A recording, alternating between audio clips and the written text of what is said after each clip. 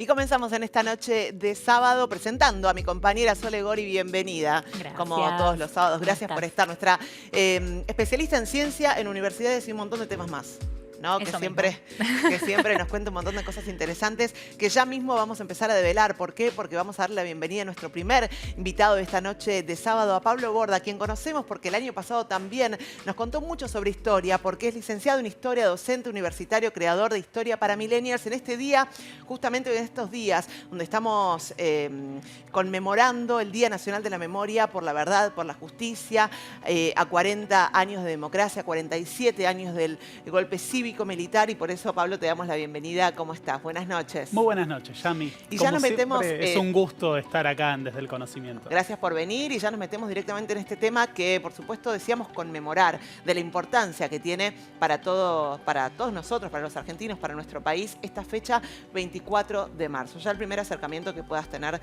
sobre este tema. Bien, a la hora de pensar la última dictadura hay que tener en cuenta que si bien los militares se autoproclamaron como los dirigentes de un proceso de reorganización nacional, el nombre no podría haber sido más apropiado, ya que la última dictadura representa un punto de inflexión en la historia de la Argentina.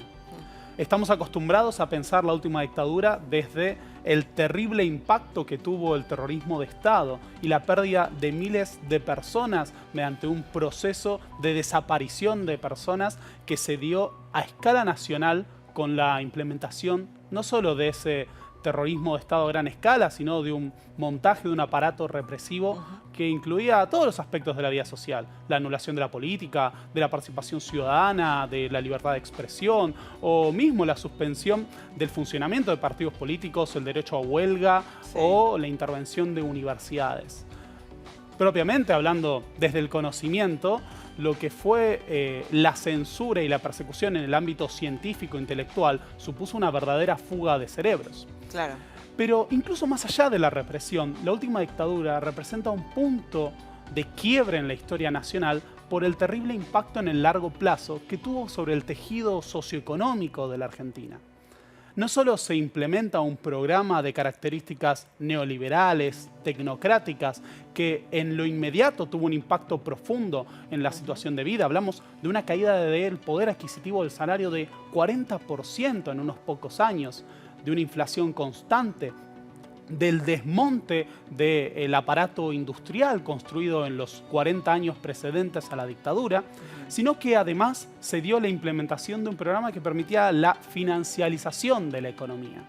Sí. Pasamos de una economía centrada en el aspecto de la producción a una en el que la especulación, los grandes negociados financieros, se convirtieron en la forma esencial de acumulación de riquezas. Estas medidas, que si bien en lo inmediato impactaron en la población, fueron parte de un viraje en el largo plazo. Cuando uno analiza, por ejemplo, Argentina en el marco mundial, puede observar que el desarrollo económico, el crecimiento del PIB per cápita, seguía una línea paralela, digamos, al desarrollo de los países que hoy en día consideraremos del primer mundo. Australia, Europa Occidental, Estados Unidos. Esa línea, que no parte del mismo punto, porque el sistema capitalista se ha basado en la desigualdad, experimenta una divergencia. En la década del 30, todos los países cayeron como producto de la Gran Depresión. Esa línea paralela argentina iba en caída. En las décadas siguientes, la recuperación también fue paralela. Pero cuando uno toma los datos del Banco Mundial, observa que en 1976 la línea de crecimiento de Argentina se separa para siempre de los países desarrollados. Esto se debe a que la implementación de estas políticas, que tuvieron un impacto durísimo en el aparato industrial, supuso un cambio irreversible en el resto del siglo XX. Claro. Y sabes que mientras vos hablabas, nosotros recorremos en las pantallas, que seguramente también lo pueden ver en casa, todas estas imágenes que de repente uno piensa, que no se repita nunca más, y por ese nunca más se marcha, por ese nunca más se conmemora, se recuerda, se habla también del tema. Y pensaba tal vez en que ya pasaron 47 años de esta realidad, y en cómo podemos, en este nunca más a futuro, cómo podemos atravesar a los jóvenes, ¿no? A los jóvenes de hoy que tienen 20, 25 años, que de repente no tienen tal vez una formación política y bueno, ¿cómo hacemos para llegar con esta información y con este pedido, ¿no? De nunca más y para que tengan conciencia real sobre la importancia de ese grito? Para empezar, señalando que este evento, que si bien ellos no vivieron, yo tampoco viví, Claro. vos tampoco, por una Tampoco. cuestión generacional, puede parecer lejano en el tiempo, en realidad es sumamente reciente en términos históricos. Primero porque su impacto se puede apreciar al día de hoy. La problemática de la deuda externa nos acompaña realmente desde la última dictadura. Cuando se piensa en el carácter, digamos, extorsivo de las deudas externas, del desmonte del aparato del Estado, tenemos que considerar que son elementos que nos persiguen al día de hoy.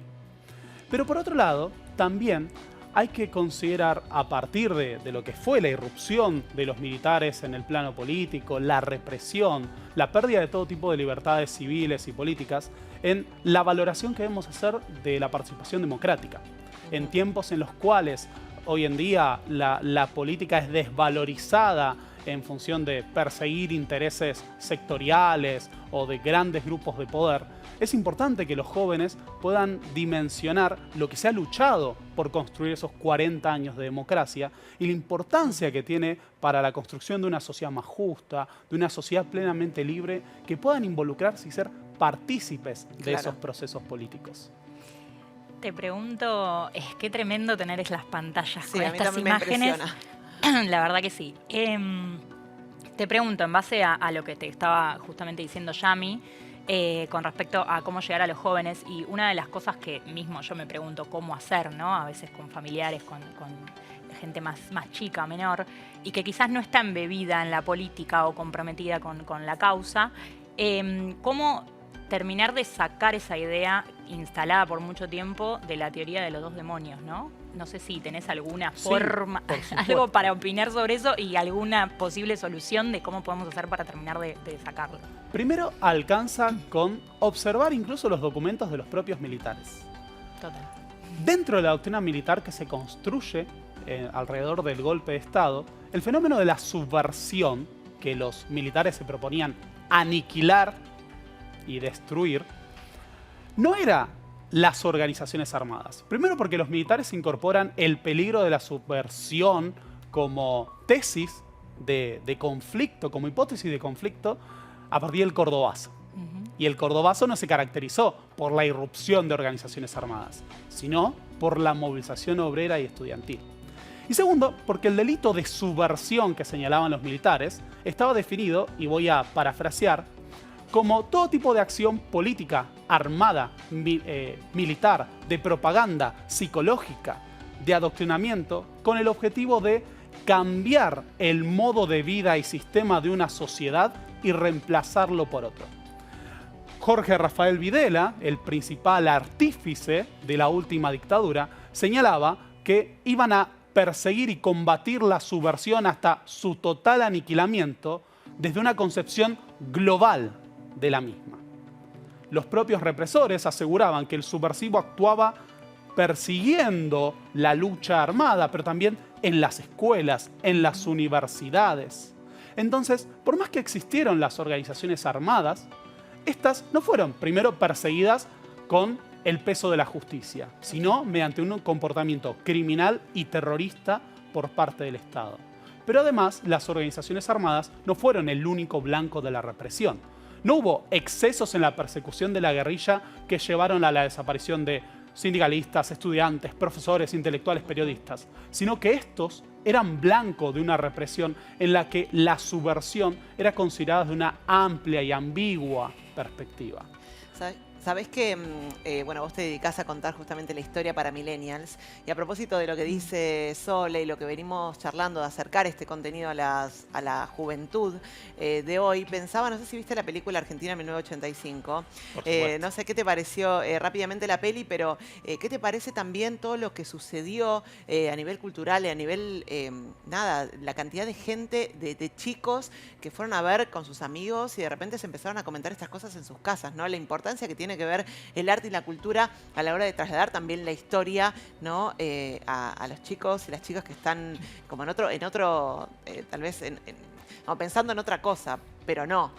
Yo celebré enormemente Argentina en 1985 y la comparación que venía a mi mente era el rol que tuvo la historia oficial en su momento. Claro. O para mi generación, películas como Crónica de una fuga. Sí. La historia oficial, casi contemporánea a los procesos de justicia que se llevaron adelante con el retorno de la democracia, tuvo el objetivo de visibilizar lo que había sido el terrorismo de Estado. Para mí, Argentina en 1985, con un lenguaje propio de nuestro tiempo, con un acercamiento que incluso más allá de la denuncia, no deja de focalizarse en ser un gran producto cinematográfico, tiene la posibilidad de revisibilizar ese fenómeno, de mantener viva la memoria para un público amplio. Y uno de los puntos que creo que resultan más positivos de Argentina en 1985 fue la posibilidad que tuvo de instalarse prácticamente como un discurso de unidad nacional en torno a la denuncia de los crímenes de la última dictadura. Nada, buenísimo. Recordar, hacer memoria y agradecerte, por supuesto, porque estés esta noche con nosotros, como tantas otras que has pasado, bueno, contándonos la historia según tu visión, según tu parecer y acercándola, en este caso, como vos contás, también a los millennials, a los jóvenes. Así que, bueno, muchas gracias por estar en esta noche con nosotros. Siempre es un gusto para mí. Así pasaba Pablo Borda, que es licenciado en Historia, docente universitario y también creador de historia para millennials. Y me quedo en las universidades. ¿Por qué? Porque no sé si podemos compartir ahora algo que sucedió en la Facultad de Arquitectura de la UBA y de estos 30.000 mariposas que podemos tal vez ver en pantalla, las imágenes, las fotos, 30.000 mariposas colgadas de la baranda del patio de Ciudad Universitaria, bueno, allí en esta conmemoración justamente de este día como decíamos, Día Nacional de la Memoria por la Verdad y por la Justicia. Ahí vemos en pantalla lo que sucedía. Dice, hoy en la FADU de la UBA, un grupo de personas fabricó 30.000 mariposas que colgaron de este patio, como recién les contaba. Y la verdad que hay esperanza, ¿no? Cuando vemos esto, este proyecto y seguramente muchos estudiantes que entran a la universidad y ven esta imagen, bueno, algo seguramente están pensando hacia el futuro, ¿no? Y a propósito de esto, nos quedamos en la universidad ya con Sole Gori porque hablamos de datos y hablamos de qué pasó en estos tiempos, en la dictadura, en aquellos tiempos en realidad en la dictadura, pero en las universidades. Sí, bueno, vino bárbaro además la introducción de Pablo y también este es un poco el ejercicio de memoria colectiva que vamos a hacer también acá en el programa, el granito de arena que podemos aportar para que justamente se visibilice la importancia de vivir en democracia, ¿no? Para los jóvenes, ¿no? Y qué mejor que hablar de lo que ellos viven todo el tiempo cotidianamente, como es la educación, y que se den cuenta de justamente lo que podrían haber vivido, ¿no? Si hubieran estado en ese momento, lo que podrían haber perdido. Tenemos una serie de placas que nos acercan un poco a este punto. La educación bajo sospecha. Pablo un poco ya lo decía, el foco estaba en la educación, ¿no? Porque era justamente ese foco de contagio, decían, de lo que era el virus de la subversión. El autodenominado proceso de reorganización nacional puso en la universidad el foco de control, de persecución, de violencia sobre los sectores intelectuales y la juventud que no solo la que militaba, la juventud en general, porque era una juventud que tenía ideas, que quería justamente formarse, que quería conocer, que quería cambiar el mundo y que quería simplemente estudiar, digo, ¿no? Ser alguien, ser algo. Eso es lo primero que en todas las dictaduras en sí se intervino la universidad, hubo cambios en la universidad en todas las dictaduras, pero la última fue, no sé, desastrosa diría yo, pero atroz. No es la palabra apropiada, fue atroz, ¿no? Todo lo que ocurrió.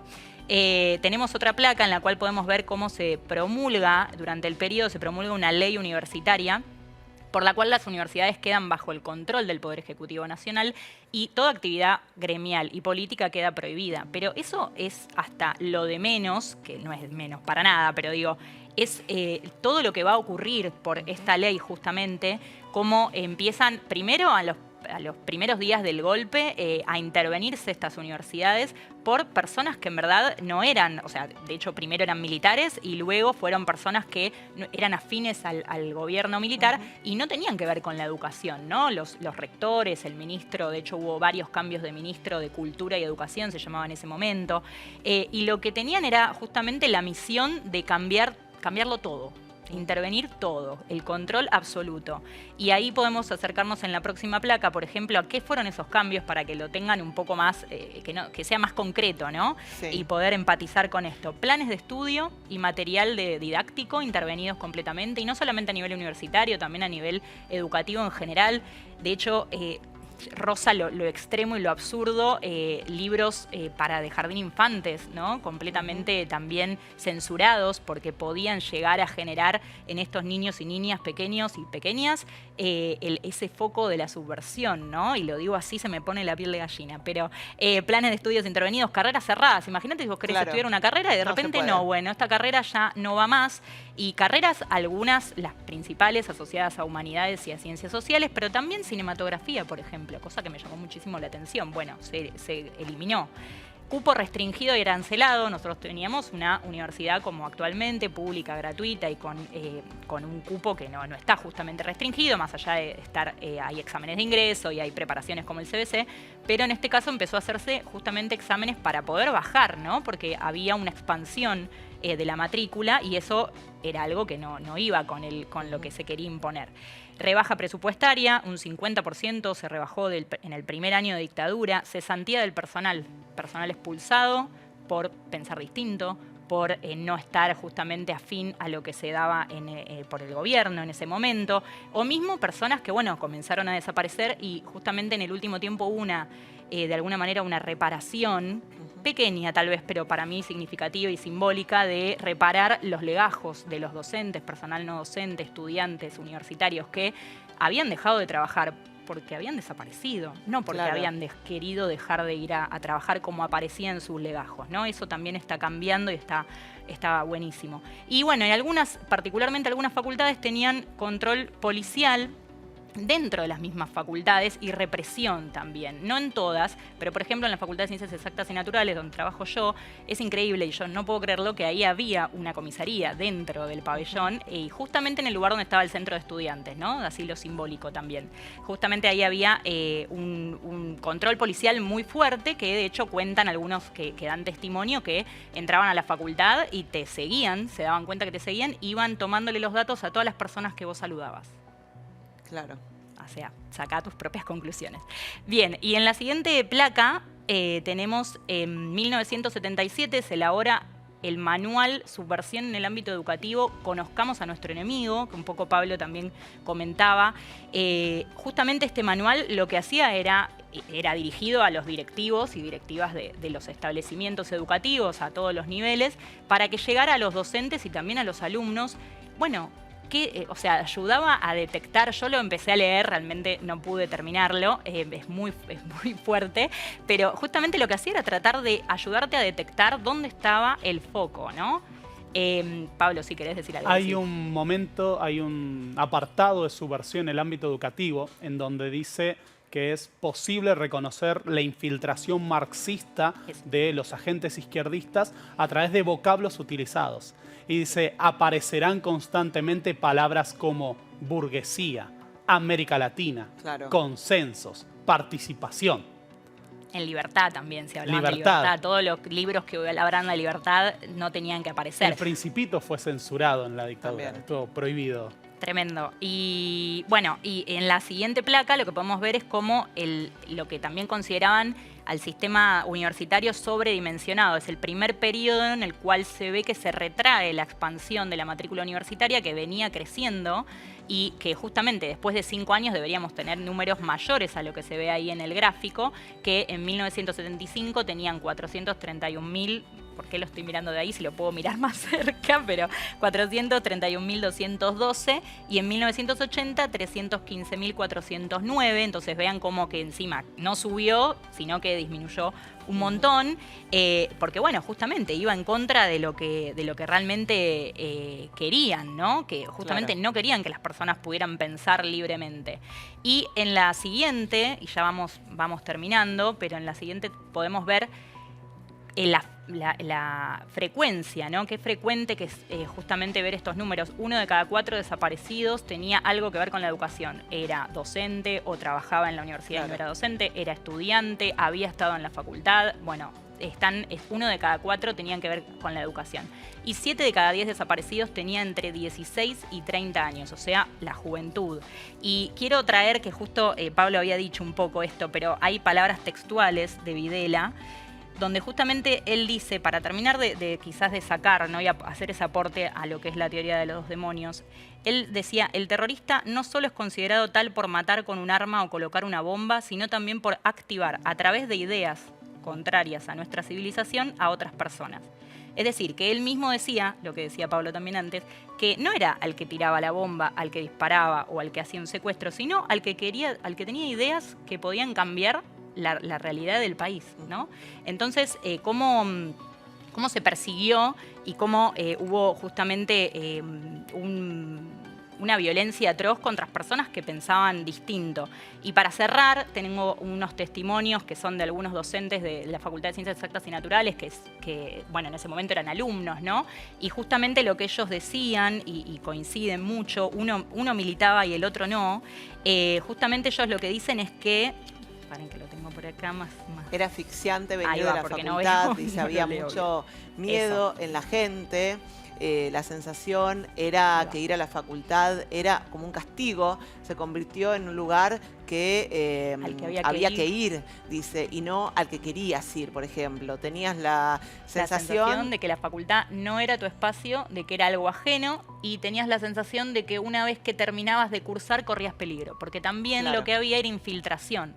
O sea, en algunas facultades se dio más, menos, porque si había control policial o no, pero había también agentes infiltrados, ¿no? Que entonces ellos decían, nosotros terminamos de cursar y estamos un poco como entregados, no podías llegar a comunicarte con algunos compañeros, las reuniones estaban prohibidas, se revisaban, no podías ir en el momento que no tuvieras clase, ¿no? Había horarios determinados en los cuales podías ir a la universidad. Entonces, fíjense cómo, y para cerrar, cómo es tan importante conmemorar, que es hacer memoria con otras personas, conmemorar esto y que se den cuenta los jóvenes todo lo que tienen hoy y que también eso también significó quizás la muerte, la desaparición, la tortura de un montón de personas que justamente lo que querían era que lográramos tener lo que tenemos hoy, la posibilidad de poder estudiar lo que queremos, trabajar de lo que queremos y una libertad absoluta de pensamiento también, ¿no? Me parece que es importantísimo que los jóvenes puedan saber esta historia por eso, porque si hubieran pasado por ahí tendrían afectada su vida cotidiana, como podemos verlo, y sus logros también a futuro. Claro, hablando de libertad, ¿no? Básicamente, y así hacíamos este recorrido por el Día Nacional de la Memoria, de la Verdad y de la Justicia. Gracias, Sole. Bueno, gracias, Pablo, nuevamente por acompañarnos en esta noche. Bueno, Sole, por supuesto, se queda todo el programa, pero esto estamos pensando en esta noche, ¿no? Y por supuesto muy completo el informe sobre las universidades, que fueron el foco puntual con la juventud, ¿no? De lo que fue la dictadura hace 47 años atrás.